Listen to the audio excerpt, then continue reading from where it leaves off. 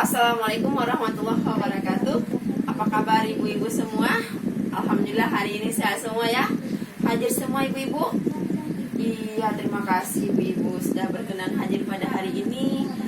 Terima kasih juga kepada Allah Subhanahu wa taala kita telah diberikan kesehatan sehingga kita dapat memenuhi kewajiban kita melaksanakan P2K2 yang sudah menjadi rutinitas kita setiap bulannya ibu-ibu ya. Nah, baik seperti biasa kita tidak pernah lupa untuk membacakan doa terlebih dahulu. Doa dimulai. Selesai. Nah, ibu-ibu, sebelum kita melanjutkan lagi ibu-ibu ya, kita bernyanyi dulu nih. Gimana? Semangat nggak? Harus semangat dong, untuk nambah semangatnya ibu-ibu. Kita nyanyi balonku ada satu ibu ya. Oke. Balonku ada satu, ku simpan di balik pintu, ku colok dengan sapu, rupanya burung hantu. Oke ibu-ibu, terima kasih. Baik, nah saya akan mereview ulang di pertemuan kita sebelumnya ibu-ibu. Tentang apa nih pembahasan kita pada pertemuan sebelumnya? Ada yang masih ingat nggak? Ada ya? Oke, silakan Ibu Nora. Iya, terima kasih kepada Ibu Nora. Jadi sebelumnya ibu-ibu kita sudah membahas tentang hak-hak anak ibu-ibu ya. Hak-hak anak apa saja sih yang harus diterima oleh si anak, dan eksploitasi terhadap anak. Jadi ibu-ibu kita harus mencegah eksploitasi terhadap anak ibu-ibu, seperti itu. Kita tidak boleh memaksakan dia untuk melakukan seksual, untuk melakukan kekerasan. Kita harus memberikan dia makanan sehat misalnya. Kita harus melindungi dia, yang jelas ibu-ibu ya. Oke, baik.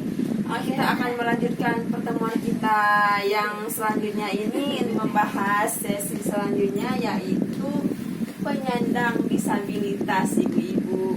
Nah, ibu-ibu tahu nggak apa sih disabilitas itu? Iya ibu-ibu, disabilitas itu adalah setiap orang yang mengalami keterbatasan fisik, intelektual, mental, dan sensori ibu-ibu ya. Jadi disabilitas ini ibu-ibu kita tidak boleh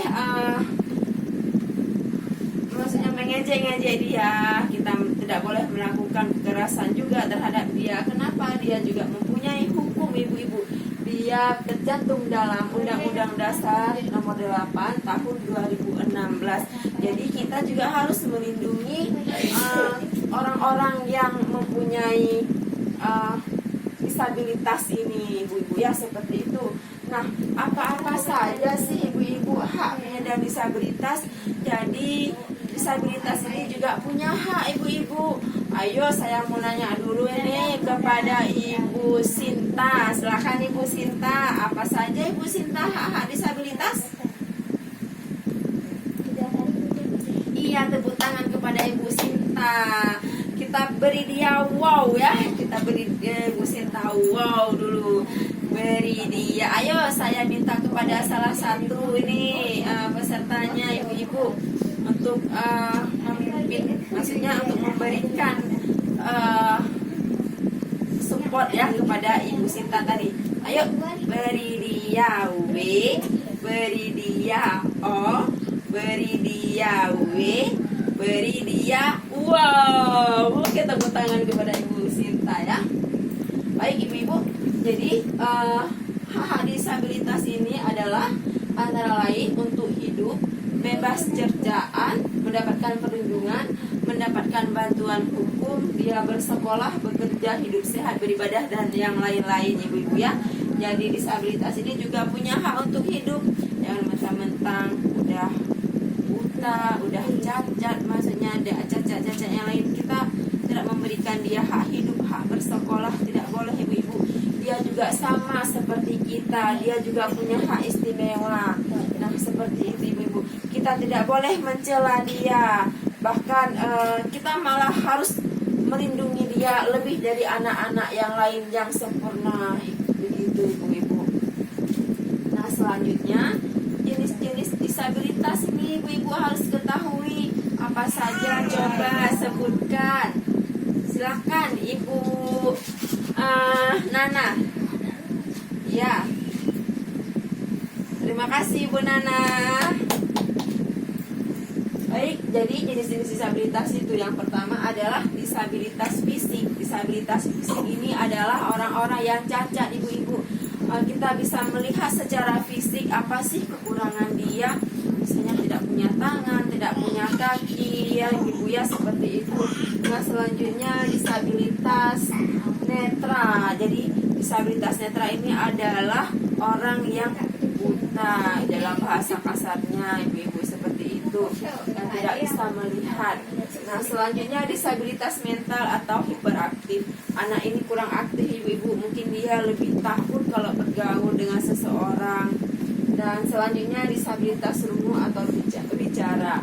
Ini adalah anak-anak yang tidak bisa berbicara atau bisu. Dan selanjutnya disabilitas intelektual atau sindrom. Dengan kata sehari-hari ini kita sering mengatakan bahwa anak idiot ibu-ibu ya, seperti itu. Kira-kira udah jelas ibu-ibu? Udah ya, terima kasih ibu-ibu. Nah, baik ibu-ibu, penyandang disabilitas. Jadi disabilitas ini ada dua macam ibu-ibu. Yang pertama ada disabilitas berat dan disabilitas ringan. Jadi di sini ibu-ibu kita membahas yaitu disabilitas berat. Jadi bagaimana yang dikatakan dengan disabilitas berat ibu-ibu? Jadi disabilitas berat ini adalah yang kehidupan sehari-harinya tergantung kepada orang lain. Dia tidak bisa melakukan apa-apa yang dia butuhkan. Dia hanya bisa terbaring ibu-ibu ya. Nah seperti itu.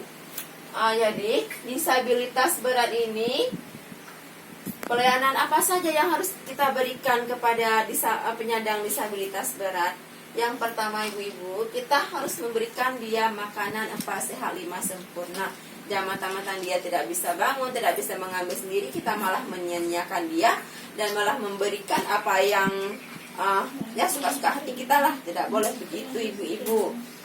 Yang kedua, memandikannya sehari 2 kali atau melatih. Ketiga, mengganti pakaian sehari 2 kali, mengganti alas tidur, memberikan kasih sayang dan perhatian.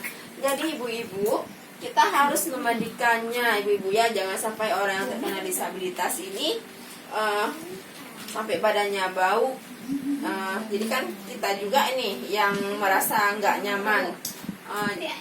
Kita harus mengganti pakaiannya dalam 2 kali sehari 2 kali, mengganti alas tidurnya nih ibu-ibu dan sebagainya. Nah di sini perabot dalam rumah. Jadi ibu-ibu, jika kita mempunyai orang yang disabilitas berat ini atau disabilitas ringan, jadi kalau ada perabot di dalam rumah seharusnya kita letakkan ya, tidak selalu memindah-mindahkannya.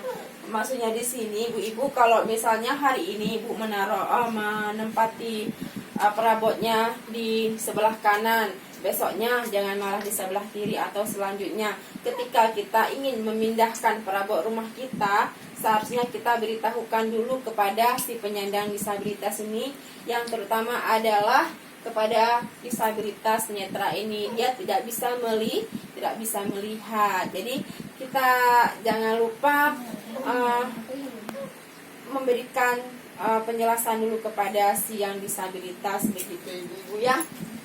Nah, jadi di sini penataan ruang harus memisahkan dan memberikan ruang gerak kepada sirkulasi yang cukup bagi penyandang disabilitas. Jadi kalau ada di sini ibu-ibu, tombol dan stop kontak dipasang yang bisa dijangkau oleh disabilitas. Misalnya ibu-ibu, seperti yang saya katakan tadi, ada anak kita yang tidak bisa melihat, jadi ataupun tidak bisa bangun ibu-ibu ya, kita bisa memberikan dia pelayanan yang cukup.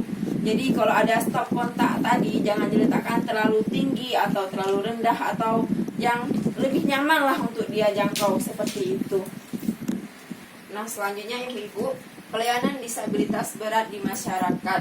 Nah jadi disabilitas ini juga harus kita berikan pelayanan yang istimewa. misalnya memudahkan penyandang disabilitas dalam membuat akte kelahirannya, membuat BPJS, membuat KTP. Jangan malah mempersulit ya ibu-ibu ya, seperti itu. Selanjutnya memberikan informasi terkait dengan akte kelahiran ataupun KTP dari pihak RT RW. Dan selanjutnya sampai yang terakhir ini, jika ada keluarga ibu yang penyandang disabilitas, maka beritahu kepada dinas-dinas terkait, misalnya dinas sosial, seperti itu. Selanjutnya ibu-ibu, ini yang sangat penting yang harus ibu ingat pada pertemuan kita hari ini. Pesan kuncinya adalah penyandang disabilitas merupakan bentuk keragaman manusia. Jadi kita semuanya sama ibu-ibu, kita tidak boleh mengucilkan mereka.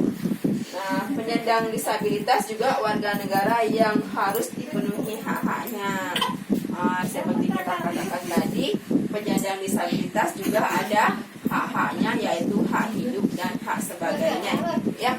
Yang ketiga, penyandang disabilitas tidak boleh didiskriminasi. Nah, itu yang harus ibu-ibu ingat pada pertemuan kita hari ini.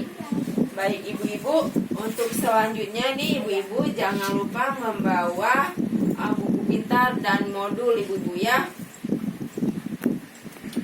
Baik ibu-ibu, saya akhiri perjumpaan kita pada hari ini. Seperti biasa kita juga tidak pernah lupa untuk membacakan doa. Yang pertama kita membacakan doa di awal, dan ketika kita menutup perjumpaan kita juga jangan lupa kita sama-sama berdoa ibu-ibu. Baik, saya minta kepada salah satu ibu-ibu di sini untuk memimpinkan doa. Silakan Ibu Nita.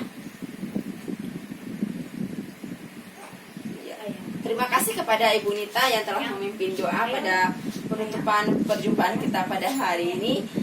Saya akhiri dengan wabillahi taufiq